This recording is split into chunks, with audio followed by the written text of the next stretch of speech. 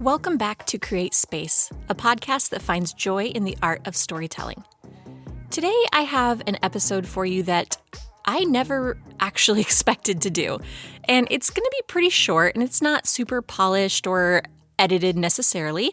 But I needed to share a little bit more about my interview with Ed Baker, because there's this behind-the-scenes lesson that I learned from him that I just want to share it because I think it's important and I think it's valuable, and I think that you guys would also find value from it. So last week, I brought you an episode called A Beautiful Story, and it featured my colleague, Ed Baker, who is a professor and technical director of theater here at WSU. And in that episode, we talked about the art of storytelling and specifically stories about his late wife, Danette, and how the process of storytelling was integral to the way that they lived their lives, the way that they practiced their craft of theater, and now ultimately in the way that he is processing her recent passing. Now, if you haven't yet listened to that episode, I would strongly encourage you to listen to that first before you listen to this one, because you're going to need the context of that episode in order for this one to make sense. So just stop here for a minute and go listen to that one, and then come back to me and we'll catch up. Okay, assuming everyone that is here now has listened to that original episode, one thing that I mention in that episode is that I was really, really nervous to ask Ed to be on the podcast. I was nervous that he wouldn't want to, but I think even more so than that, I was nervous that he would want to, because I knew it would be a hard episode to record, and I knew it would be an episode that I really needed to get right, to do the story justice, so to speak. The other thing to know is that at the time that we recorded that episode, it had only been about a month since Danette had passed, and it was the first time that I had seen Ed in person since then. So I went into this recording trying to be both professional and compassionate and run the technical parts of the recording while also letting myself be in this kind of vulnerable place with him. And what ended up happening was I got incredibly nervous, and I was hyper aware of everything I was saying and everything I was doing, and I got really caught up in my head because I felt like I wasn't handling it well. And then on top of that, I got really emotional as he was telling all of these beautiful stories about Danette, as any of us would, right? But the nerves and the emotion and all of that kind of building on top of itself, and then me getting more and more embarrassed every time that it got worse, I ended up crying through at least half of that interview. So as I cried, I got more and more nervous, and I felt ashamed, and I felt embarrassed, and I started to get that really shallow breathing thing that you do when you cry, and you're like, and like you can't get words out. And so my questions kind of got hard to understand, and my speech was really rambly and disjointed, and the whole interview, honestly, was just not at all how I wanted it to be or how I intended it to be. And during all of that, by the way, Ed was incredible. I basically held on the best that I could, and I kept asking questions, and I just tried to ignore the fact that I was like kind of losing it on my side of the table. And, Ed also naturally had a few moments where he had to stop and take a moment and compose himself, but he recovered really quickly. And as you heard on the episode, he had so much to share, and he did it eloquently, and he was perfect. So we finished the recording, and the second that we finished, I took off my headphones and I just immediately started apologizing to Ed because I was so embarrassed that I basically have the emotional regulation of a toddler, right? And this is the part that I need you guys to hear. While it didn't fit into the episode, I need you to hear what he said to me when we finished the interview. Now, again, I had pulled my headphones off and I was about to go hit stop on the recording. And like I said, I was immediately apologizing. And he quickly and gently cut me off and he started talking before I got to the audio mixer because I had been sitting like a few feet away from the producer desk. So I didn't end up hitting the stop record button for probably another 5 minutes or so because I sat back down to talk to him. So because of that, I have this raw, unexpected conversation that he and I had just had after completing the interview. And I expected to delete it, right? Because it wasn't audio that we needed. But after I listened to the playback of it, I decided that you need to hear it. And maybe more than you needing to hear it, I need to share it. And I think you'll get what I mean after I play it and after we talk a little bit more about it. So I'm going to play it for you real quick, and then I'll come back and we will talk a little bit more about it.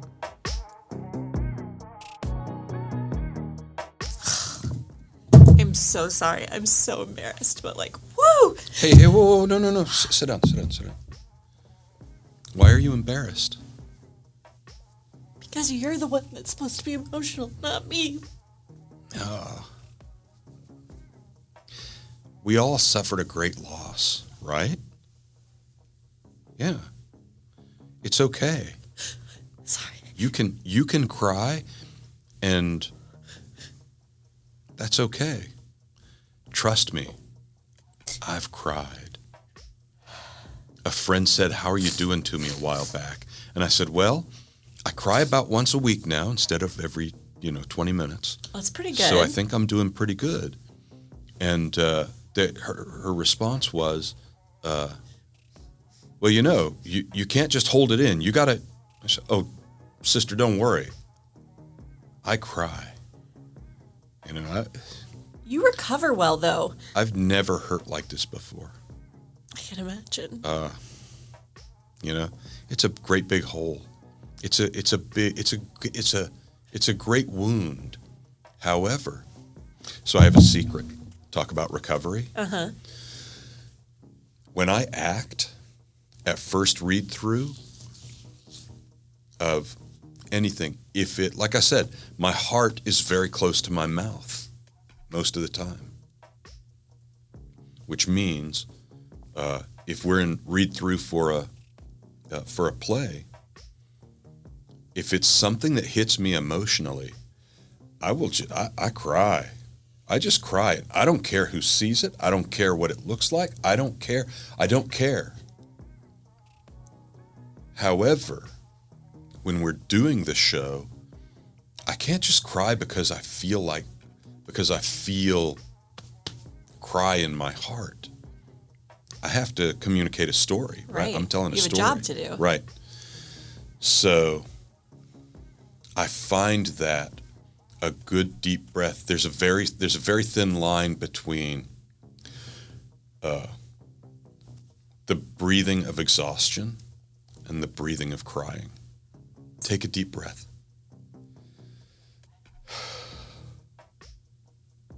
And it will clean the tears out of your heart. It'll just clean them away. And yeah, and it's a professional hack. Now that's a technique that I learned from Danette. Really? Which makes sense from the technical perspective. Yeah. Yep. Because in the old days, if I was in a play and it was emotional, I would just cry on stage, and the audiences ate that stuff up. But that was more of a trick. Right. Then the technical skill of don't cry. Mm-hmm. Don't show them you're crying. Show them you're trying not to cry. Because when you're walking around in life, do people just cry? No, they feel the way that you felt. Right? Like, I shouldn't cry. I don't want to cry. I don't want to cry. That's true. what people do. Yeah. It's okay to cry.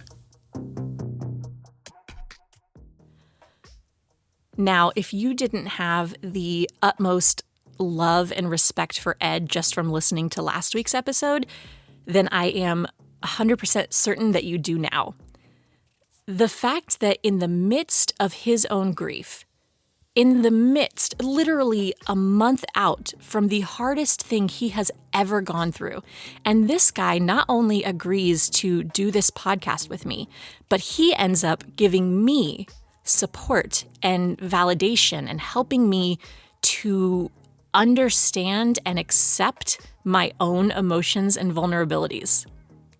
Now, what I ended up doing for the episode itself was I re-recorded several of my questions after Ed had left. So I let myself, I kind of composed myself, right? And then I went back into the studio and I listened to the recording and wrote down places where I felt like my voice was just too shaky or I wasn't able to get the words out or whatever happened. I re-recorded those pieces and then I put it all together in editing. Now, luckily, I'm a pretty good editor, so I don't think you can tell from the final cut just how out of sorts I was. As I listen back to it, I can definitely still hear my voice catching a couple of times and tensing up a little bit here and there because, it's my own voice and I knew what was going on, but I was able to really clean it up.